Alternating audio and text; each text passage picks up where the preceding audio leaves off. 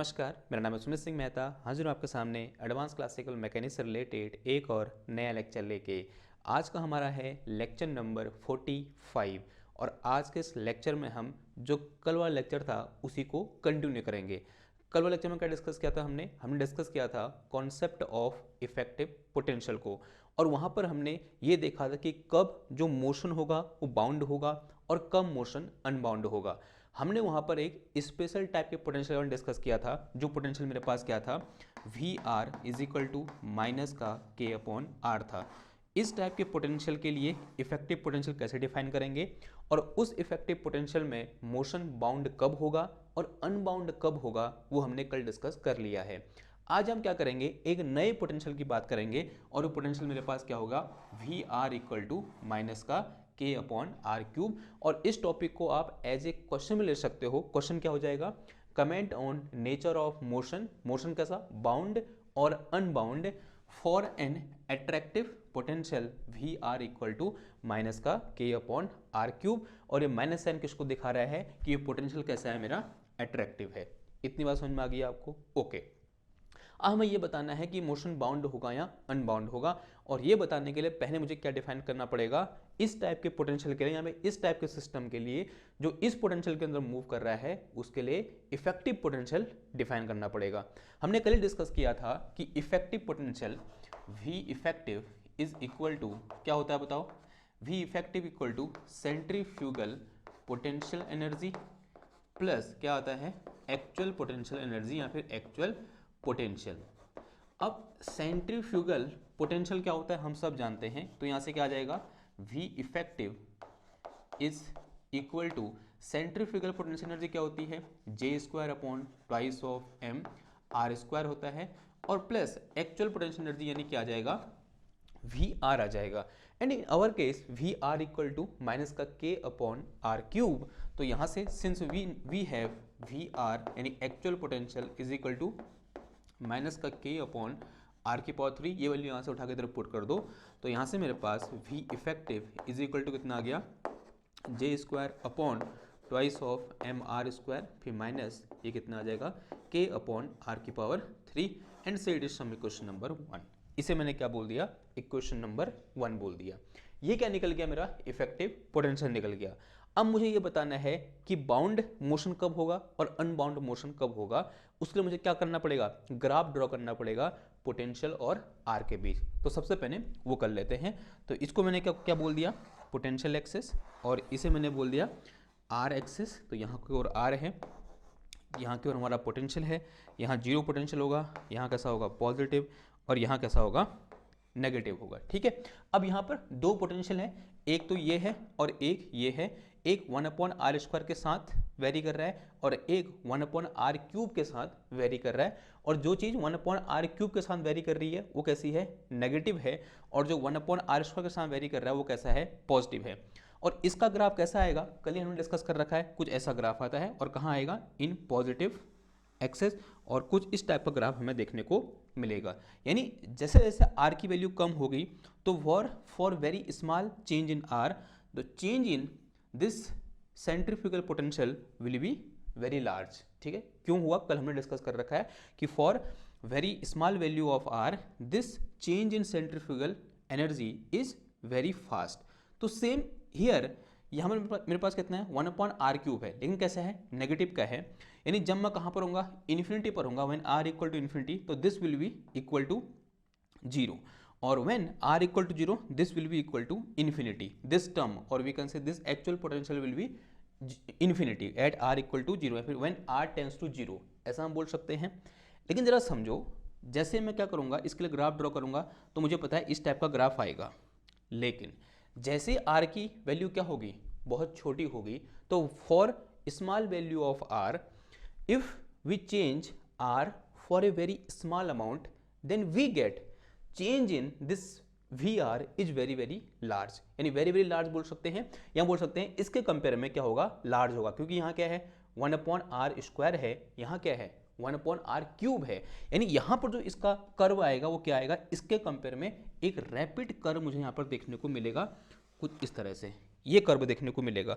अब यहाँ पर ऐसे रैपिड कर्व क्यों आया, क्योंकि यहाँ पर क्या है 1/r क्यूब है और यहाँ पर क्या है 1/r² है। अब ये क्यों हुआ यहाँ मैंने थोड़ा सा जल्दी जल्दी बता दिया, लेकिन डिटेल में समझना चाहते हो तो कल हमने लेक्चर में ये डिस्कस कर रखा है कि क्यों यहाँ पर रैपिड आएगा और क्यों यहाँ पर स्लो आएगा। कल उल्टा था, नीचे का था स्लो वेरी कर रहा था और ऊपर क्या कर रहा था एकदम से रैपिडली वेरी कर रहा था। क्लियर है इतनी बात? ओके। ये तो किसके लिए ग्राफ हुआ 1/r² और k/r³ के लिए। ये किसके लिए है मेरे पास? This graph is for j²/2/mr² के लिए है और ये ग्राफ किसके लिए है मेरे पास? This graph is for minus का k/r³ के लिए है। लेकिन मुझे एक्चुअल में ग्राफ चाहिए किसके लिए? v इफेक्टिव के लिए, यानी इन दोनों के इफेक्ट के लिए, यानी इन दोनों के कंबाइन इफेक्ट के लिए क्या ग्राफ आएगा वो हमें निकालना है। तो उसके लिए मैं उसको अलग दिखाने के लिए इसको मैं क्या कर रहा हूँ, ऐसे डॉटेड लाइन से दिखा दे रहा हूँ ताकि मुझे देखने में क्या हो, आसानी हो। अब जरा समझो, मैं कुछ लाइन लिख रहा हूँ जो लाइन हमने कल भी लिखी थी। पहली लाइन तो ये आ जाएगी, for large value of R, large value of R, बताओ इन दोनों में से कौन सा डोमिनेट करेगा? ऑब्वियस सी बात है 1/r² विल बी डोमिनेट। कौन सा डोमिनेट करेगा? ये वाला टर्म क्या करेगा? डोमिनेट करेगा। लेकिन जैसे मैं क्या करूंगा, for small value of r 1/r³ will dominate. कौन सा वाला टर्म डोमिनेट करेगा? 1/r³ वाला टर्म क्या करेगा? डोमिनेट करेगा। जैसे कल क्या हो रहा था, for large value of r 1/r² की पावर क्या थी? ज्यादा थी। लेकिन जैसे मैं कहाँ की ओर आया, sorry, for large value of r 1/r की पावर क्या थी, मतलब r की जो स्ट्रेंथ थी, उसका जो डोमिनेंस था वो ज्यादा था। लेकिन जैसे ही मैं स्मॉल वैल्यू ऑफ r की ओर आया तो 1/r² की डोमिनेंस क्या होगी? ज्यादा होगी। सेम इसी केस में यहाँ पर भी क्या हुआ, for large value of r dominant कौन है? 1/r² है। लेकिन for small value of r dominant कौन है? 1/r³ है। तो ग्राफ कैसा आएगा? देखो इनिशियली अगर ये डोमिनेंट है तो ग्राफ जो आएगा वो कहाँ आएगा? पॉजिटिव एक्सेस में, यानी इधर कहीं होगा और इसके साथ वेरी करेगा यूं करके। और जैसे आर घटेगा इसकी डोमिनेंस बढ़ेगी बढ़ेगी बढ़ेगी। लेकिन एक पॉइंट ऐसा आएगा जहां पर जिस पॉइंट के बाद इसकी डोमिनेंस क्या होगी? बढ़ेगी। किस वाले की? 1/r³ की। यानी यहां पर क्या हो गया? आर बहुत छोटा हो गया। मैं लेट अस कंसीडर कि after this value of R, let us say this value is r0, after this value this potential so his effect, यहाँ पे डोमिनेंट इफेक्ट। तो इसके बाद क्या होगा? इसका डोमिनेंट इफेक्ट आएगा तो ये पोटेंशियल ऐसे क्या करेगा? नीचे गिराएगा और ग्राफ कुछ ऐसा हमें देखने को मिलेगा। तो this is the graph of V effective. ये किसका ग्राफ है? वी इफेक्ट का ग्राफ है। ठीक है, कल कैसा आया था? उल्टा आया था यूं करके, अगर आपको याद है तो। आज कैसा आया? ऐसे करके आया। तो this is graph of V effective for this type of potential. इस टाइप के पोटेंशियल के लिए जो वी इफेक्ट का ग्राफ आएगा वो कैसा आएगा? ऐसा आएगा। ठीक, अगर ये ग्राफ बन गया, हम डिस्कस करेंगे किसको? बाउंड मोशन और अनबाउंड मोशन को। तो उसके लिए मुझे ये चीज़ मिटानी पड़ेगी। तो सबसे पहले ग्राफ से ही पता चलता है कि कहाँ पर बाउंड होगा और कहाँ पर अनबाउंड होगा। तो क्या करो, यहाँ पर इस तरह से हैशटैग बना के ऐसे लिखना, मैं किसी एक एनर्जी के, एनर्जी बोल दो सिस्टम की में ग्रेटर देन 0 है, for some energy which is greater than 0। अगर मैं यहाँ पर ग्राफ ड्रॉ करूँगा किसके बीच? आर और इफेक्टिव पोटेंशियल के बीच, तो ग्राफ कैसा आ जाएगा मेरा? कुछ इस टाइप का ग्राफ मुझे देखने को मिलेगा। ठीक है, ये ग्राफ है, ऐसा कुछ आया ना। मान लिया ये वो एनर्जी है और हम सब जानते हैं सिस्टम की टोटल एनर्जी क्या रहती है? कंजर्व रहती है, यानी कांस्टेंट रहती है। तो ये ग्राफ कैसा आएगा? ऐसा ग्राफ आएगा। This is for some energy E which is greater than 0। अब देखो ये इस कर्व को 2 पॉइंट पर काट रही है, एक पॉइंट यहाँ पर, एक पॉइंट यहाँ पर, यानी एक यहाँ पर और एक यहाँ पर। लेट अस से ये जो वैल्यू है इसको मैंने क्या बोल दिया? R1 बोल दिया। और यहाँ पर जो R की वैल्यू है इसे मैंने क्या बोल दिया? R2 बोल दिया। और इस पॉइंट पर जो मेरे पास इफेक्टिव पोटेंशियल है उसकी वैल्यू मैक्सिमम है, late us say this value is R0, और इसको मैंने 0 बोल दिया। यहाँ पॉजिटिव पोटेंशियल है, सॉरी, और यहाँ कैसा है? नेगेटिव है। इतनी बात समझ में आ रही है आपको? ओके। अब यहाँ पर कुछ रीजन है। पहला रीजन कौन सा है? For r less than r1। किसके लिए? For r less than r1 के लिए देखो, जो मेरे पास एनर्जी E है वो क्या है? लेस देन है, ग्रेटर देन है फॉर दिस वैल्यू, यानी for R less than R one, इस रीजन की बात हो रही है। इसके लिए जो ई है, यानी ई की वैल्यू ये है, E is greater than V effective, जो ई है वो वी इफेक्टिव से ज़्यादा है। और जब भी ऐसा होता है तो ई माइनस वी इफेक्टिव क्या आएगा, ग्रेटर देन जीरो आएगा। और इसने ग्रेटर देन जीरो आना भी चाहिए था, because E minus V effective किसके बराबर होता है, काइनेटिक एनर्जी के बराबर होता है। और काइनेटिक एनर्जी हमेशा तो जीरो होती है या फिर जीरो से ज़्यादा होती है। यहाँ बोल सकते हैं kinetic energy is always positive. तो ये चीज़ उसको दिखा रहा है कि काइनेटिक एनर्जी ऑलवेज पॉजिटिव। इसका मतलब ये रीजन कैसा है, अलाउड रीजन है। कैसा रीजन है ये, अलाउड रीजन, यानी इस रीजन में पार्टिकल एग्जिस्ट कर सकता है। अब देखो, अगर पार्टिकल एग्जिस्ट करेगा तो उसका मोशन कैसा होगा ये समझते हैं। देखो यहाँ पर क्या है, r इक्वल टू जीरो है, मैं इस पॉइंट को इस पॉइंट से दिखा रहा हूँ। अब मैं यहाँ से कितने डिस्टेंस पर गया, यहाँ से r डिस्टेंस पर गया, यानी कितने डिस्टेंस पर, r1 डिस्टेंस पर गया। ये क्या है, r1 डिस्टेंस, ओके। और यहाँ पर क्या है, r इक्वल टू जीरो है, यानी इस रीजन में पार्टिकल कहीं भी लाई कर सकता है। पार्टिकल यहाँ हो सकता है, यहाँ हो सकता है, यहाँ हो सकता है, यहाँ हो सकता है, यहाँ हो सकता है, यहाँ हो सकता है, यहाँ हो सकता है, यहाँ हो सकता है, यहाँ हो सकता है, लेकिन r1 से आगे नहीं जा सकता। मैं इस r1 की टिप को लेते हुए एक सर्कल खींच दूँ, खींच दिया मैंने, यानी जो पार्टिकल है वो r इक्वल टू जीरो से लेकर r इक्वल टू r1 के बीच में कहीं भी लाई कर सकता है। यानी ये मोशन कैसा मोशन है, बाउंड या अनबाउंड मोशन। आंसर है it is kind of bound motion. तो यहाँ पर कैसा मोशन हो रहा है, बाउंड मोशन हो रहा है भाई, बहुत इंपॉर्टेंट चीज है, ठीक है। और बाउंड मोशन हो रहा है। अब ये मेरे पास क्या है, r equal to R not है। अब क्या पार्टिकल कभी आर नॉट से पास करेगा, देखो माना ऐसे चला पार्टिकल, यहाँ से आया, फिर यहाँ से कहाँ चला जाएगा, यहाँ, ठीक है, यहाँ चला जाएगा, फिर यहाँ से कहाँ चला जाएगा, यहाँ, फिर वापस, फिर यहाँ। यानी जो पार्टिकल होगा वो किससे पास करेगा, इसे मैं क्या बोलता हूँ पता है आपको, this is our centre of force, centre of force, यानी एक ऐसा सेंटर जिस सेंटर की ओर फोर्स डायरेक्टेड होता है। अट्रैक्टिव फोर्स इस सेंटर की ओर ऐसे क्या होगा, डायरेक्टेड होगा, तो इसलिए मैंने इसे क्या बोला, सेंटर ऑफ फोर्स बोला। हम सेंट्रल फोर्स पढ़ रहे हैं, ये ध्यान रखना, ये वही सेंटर है जिस सेंटर की ओर हमारा सेंट्रल फोर्स लगा हुआ है। तो this is our centre of force, और पार्टिकल इस सेंटर ऑफ फोर्स क्या करेगा, पास करेगा। इन दिस केस, किस केस में, इस केस के लिए। अब नेक्स्ट केस देखते हैं, किसके लिए, for r greater than r2। For r greater than r2, पहले तो ये देखो क्या ये रीजन अलाउ है या नहीं है। तो उसके मुझे क्या देखना पड़ेगा कि एनर्जी और v इफेक्टिव के बीच क्या रिलेशन है। जरा ध्यान से देखेंगे इसको, ये v इफेक्टिव है, यानी इस रीजन की बात हो रही है, ये v इफेक्टिव है, ये एनर्जी है, और साफ साफ दिख रहा है कि energy is greater than v effective.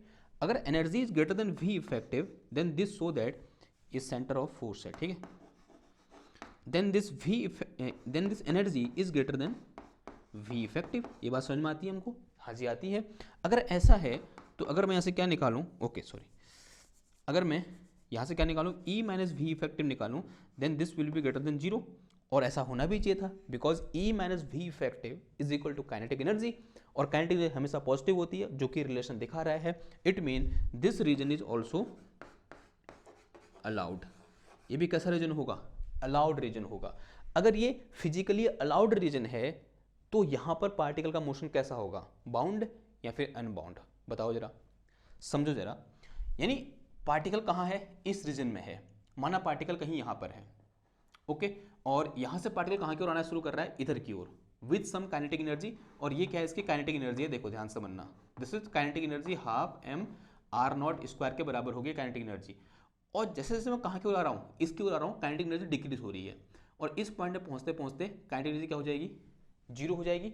और ये आ कहाँ से रहा है फिर बताओ, कोई लिमिट नहीं है। There is no upper limit for r, but there is lower limit of r which is r equal to r2। यानी जो पार्टिकल इस रीजन में है वो r इक्वल टू r2 से इधर नहीं आ सकता, लेकिन वो r इक्वल टू r2 से इधर को कहीं भी जा सकता है। तो इसका मतलब कैसा सिस्टम हो गया या कैसा मोशन हो गया, अनबाउंड मोशन हो गया। तो जो r की लोअर लिमिट है, lower limit of r is equal to r2, but अगर मैं अपर लिमिट ऑफ r की बात करूंगा, upper limit of r is equal to infinity, infinity तक कहीं भी जा सकता है। तो इसका मतलब दिस इज अनबाउंड मोशन। कैसा मोशन है ये, अनबाउंड मोशन है। ठीक है, आई बात समझ में? तो इस तरह से यहाँ पर ये बाउंड मोशन है और एक ऐसा मोशन हो गया अनबाउंड मोशन हो गया भाई। ओके, नाउ अब आओ यहाँ पर थर्ड केस में, और थर्ड केस क्या हो जाएगा हमारे पास, हम ये बोल के चलेंगे कि R is in between R1 and R2। जो R है वो R1 और R2 के बीच में लाई कर रहा है, तो ऐसे पॉइंट बना के लिखेंगे कि R is greater than R1 and less than R2। किस रीजन की बात हो रही है? इस रीजन की बात हो रही है भाई। अब देखो इस रीजन में E और V के बीच कैसा रिलेशन है, देखो E इज, मेरे को साफ साफ दिख रहा है, लेस देन V इफेक्टिव है।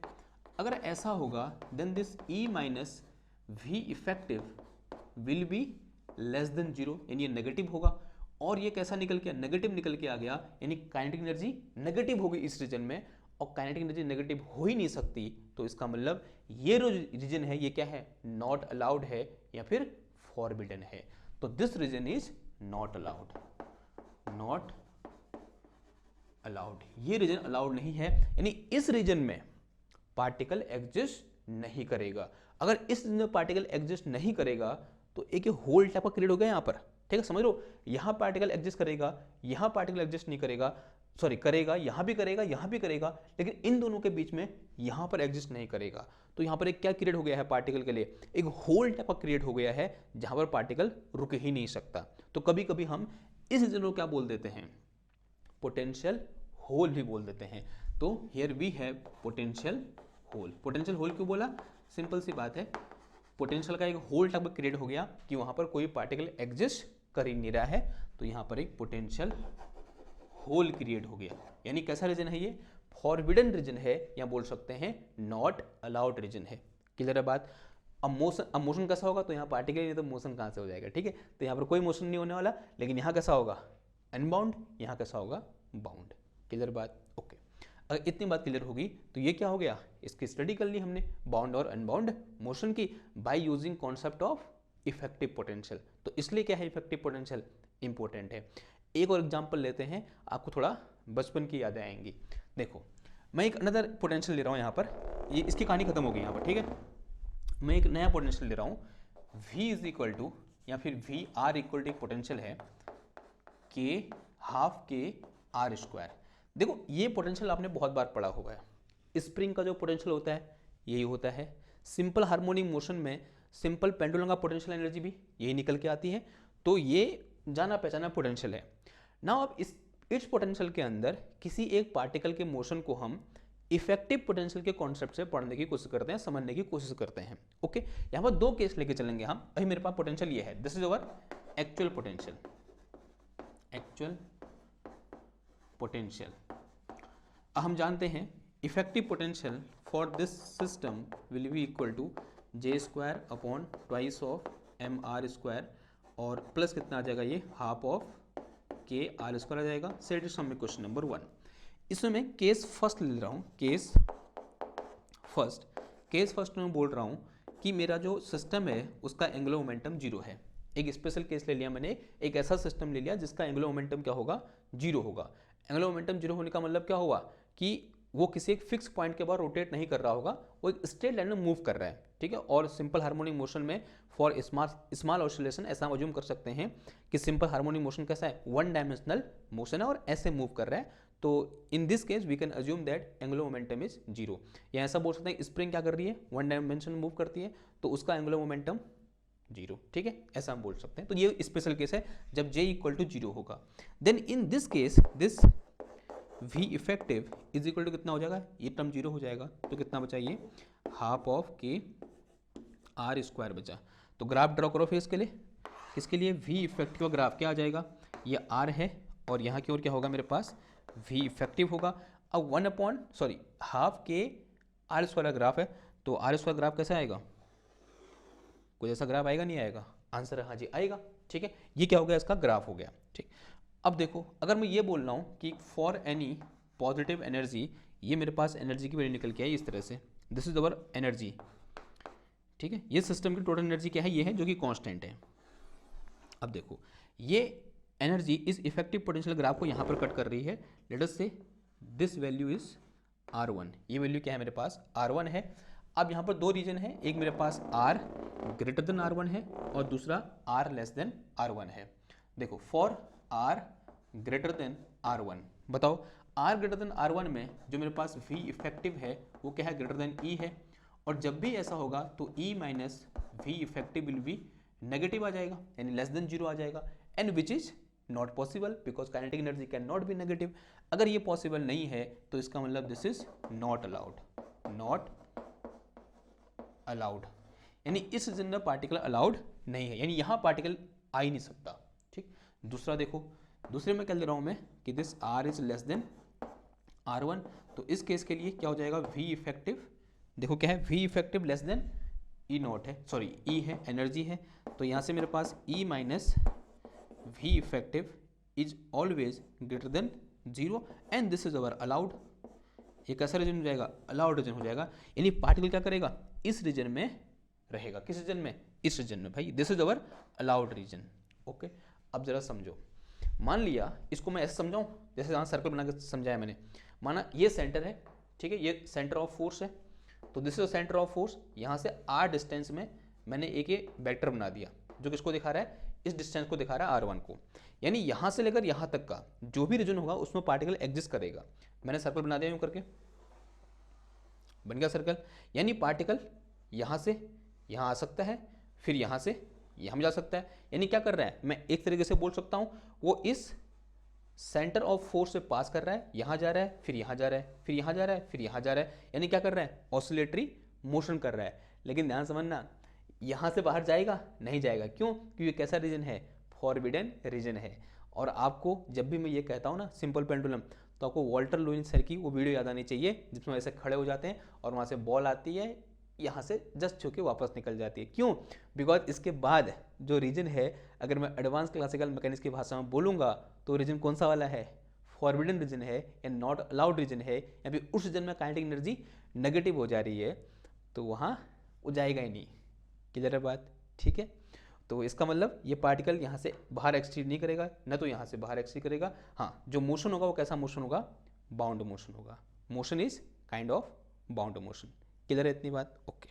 तो this is our first case, ये तो पहला केस हो गया सिंपल पेंडुलम का या फिर सिंपल हार्मोनिक मोशन का। अब केस सेकंड में लेंगे क्या, J is not equal to 0, तो इस केस में क्या होगा,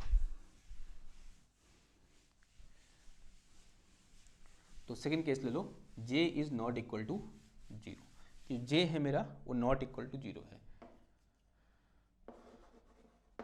केस सेकंड कि J is not equal to 0, अगर नॉट इक्वल टू 0 होगा तो V effective will be equal to क्या हो जाएगा, J square upon twice of MR square plus का half of KR square. Graph draw करेंगे पोटेंशियल और R के बीच, ठीक है।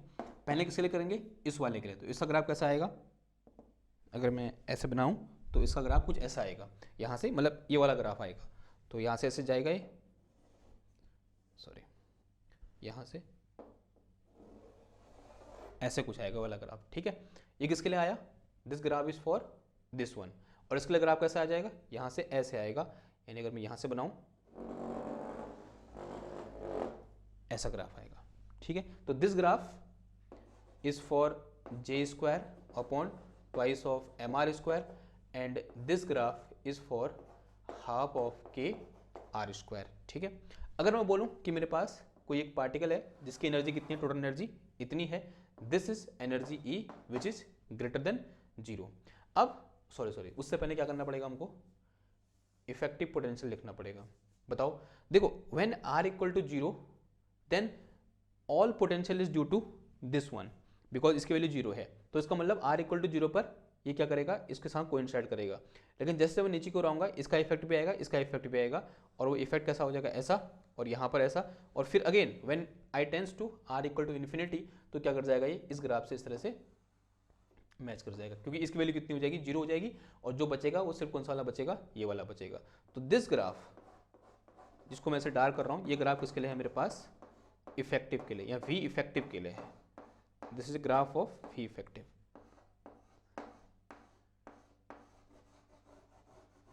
ठीक है। तो ये किसका ग्राफ आ गया, वी इफेक्टिव का ग्राफ आ गया। अब अज्यूम कर लो कि ये मेरे पास क्या है, टोटल एनर्जी ई है। This is the graph of total energy E which is constant. ठीक, अब इसमें यहाँ में एक बार तो यहाँ पर कट कर रहा है इसको ये, और एक बार यहाँ पर कट कर रहा है। Late us say this value is R1 and let us say this value is R2।